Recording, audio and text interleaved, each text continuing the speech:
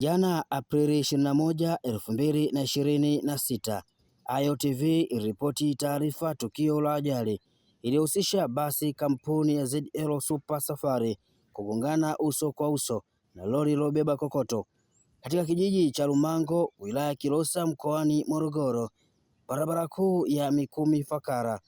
Leo Aprili 22, 2026, Jeshi la Polisi Morogoro limetoa taarifa kwa umma.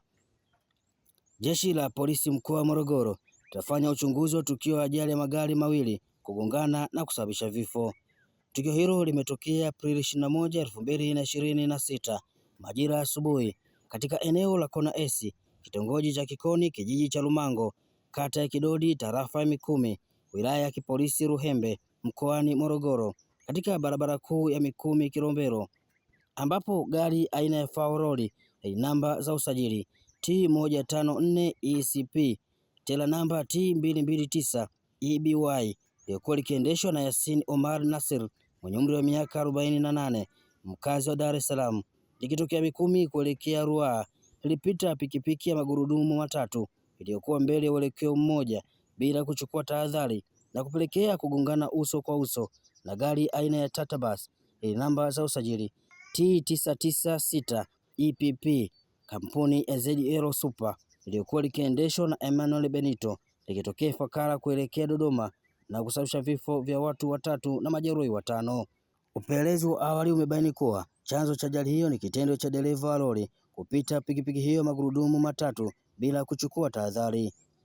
Waliofariki katika ajali hiyo ni Yasin Omar Nasr mwenye umri wa miaka 48, dereva wa lori, mkazi wa Dar es Salaam. Mwingine ni Awadhi Ngwanda mwenye umri wa miaka 60, fundi bomba, mkazi wa Mang'ula. Mwingine ni Zarafu Awadhi Ngwanda mwenye umri wa miaka 20, mkazi wa Mang'ula. Waliojeruhiwa ni mwanaume mmoja ambaye anakadiriwa kuwa na umri wa miaka 40 hadi 45, ambaye majina yake bado hajafahamika. Mwingine ni Amani Idi mwenye umri wa miaka 60, mkazi wa Ifakara.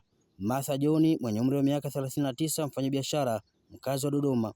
Pendo Kui mwenye umri wa miaka 68, mkazi wa Singida, na Monica Lameki mwenye umri wa miaka 16, mwanafunzi wa Uwemba Sekondari wa kidato cha 3.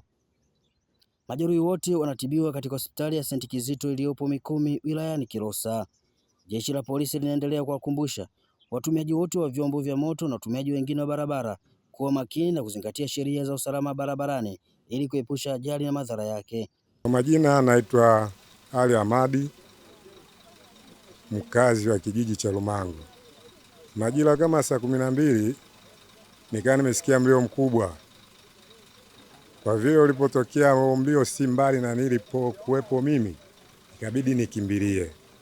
Baada ya kukimbilia hapo nikakuta kuna lori ambao imegongana na basi aina ya Tata.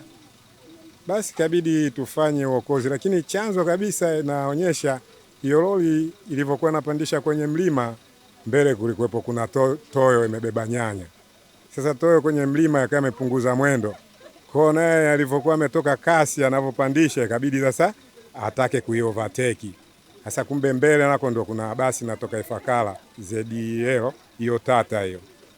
Kwa hiyo ikabidi sasa dereva wa Tata alivyojitahidi kubana breki kasi sijui imekataa, ndio tukasikia mlio mkubwa. Unaona?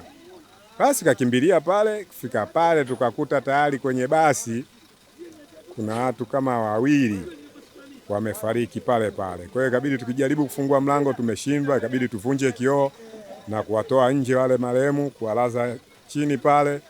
Dereva pale tukawa tunashindwa kumtoa kwa sababu ilikuwa imebanwa kabisa. Hii ni AyoTV na mimi ni Jacob Sonyo.